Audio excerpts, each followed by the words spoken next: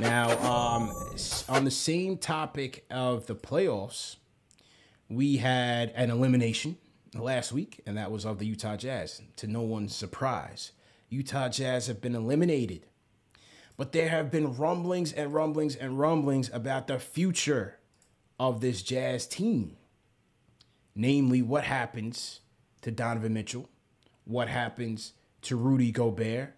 Will they split these guys? And there was a tweet that came out today. A Sean O'Connell on Twitter this morning. Somebody sent me this. A ton of people sent me this. Who said that, I know I'm not usually a Utah Jazz breaking news guy, but I'm a source close to the situation has informed me that Rudy Gobert is at a him or me point with Donovan Mitchell.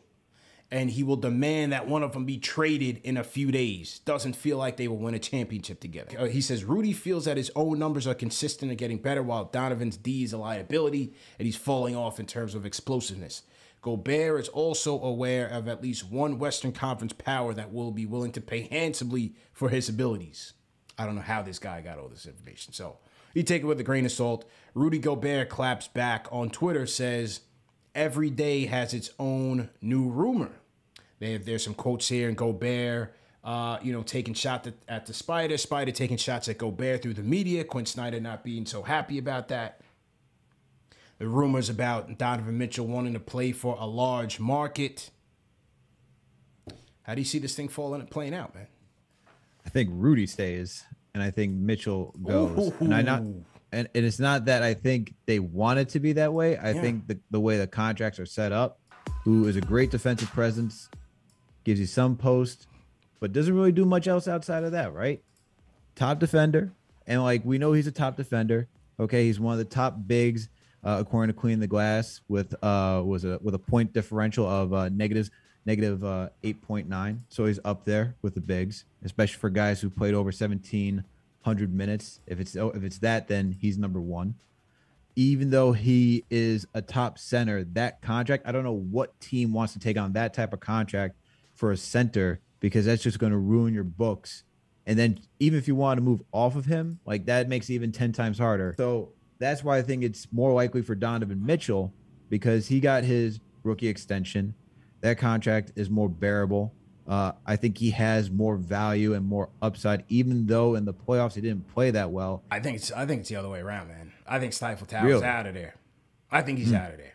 There's no denying his impact as a rim protector, as an interior presence. However, for that contract, the limitations he has offensively, yes, you want to say they don't pass it to him, whatever. The limitations he has offensively, and what we've seen in the playoffs these last 2 years, they're going to make him guard you on the perimeter, whether it's the Clippers or the Mavs. By the way, Jalen Brunson had no problems climbing the Stifle Tower in that series. And so another first-round exit. Look, it's a team sport. They need more. So it's hard to sell the future of my franchise building around Rudy Gobert than it is Donovan Mitchell. And I get what you're saying. The contract is enormous. But if I'm D Wade, if I'm Ryan Smith, if I'm Danny Ainge, I can't see them selling the Spider. And another reason is, if you go into that Tim McMahon article, they've already made several moves to try to appease Donovan Mitchell. In the article, it talks about the fact that, first off, team personnel, there was an issue last year with Donovan Mitchell's ankle injury, where he blamed the vice president of healthcare personnel. That vice president didn't clear him. There was his own trainer had cleared him.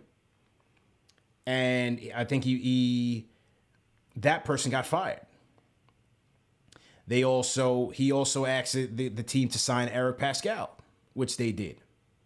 Irv Rowland, a respected player development coach who worked with James Harden, was added to the coaching staff at Donovan Mitchell's request. Frank Donald, Donovan Mitchell's personal security guard, was put on the payroll. It's like I say, I said it before in another show, the team wants to keep you. They're going to move heaven and earth to do so. And then leave it to Knicks for clicks, because you had several media members, well, just two really, trying to put Gobert with the Knicks. You had Fred Katz, shout out to Fred Katz, was on the show, brought up a Gobert to the Knicks as an idea. It wasn't a rumor that he heard, but as an idea. Then you had, he said that on my show as well. And then you had John Hollinger of The Athletic talking about the Knicks trading for Gobert and justifying it by saying because it would be a Knick thing to do. And I'm like, yo, what are we talking about here? If the Jazz needed a reminder of what the future could hold for their franchise superstar, all they needed to do was look courtside during the April 16th playoff opener against Dallas's American Airlines Center. New York Knicks Executive Vice President William Wesley sat next to power forward Julius Randle, a Dallas native, the duo visible to television viewers every time the action change ends on the floor. Allen Houston, the former All-Star shooting guard, who is now Knicks assistant general manager, sat a few rows behind the Jazz bench.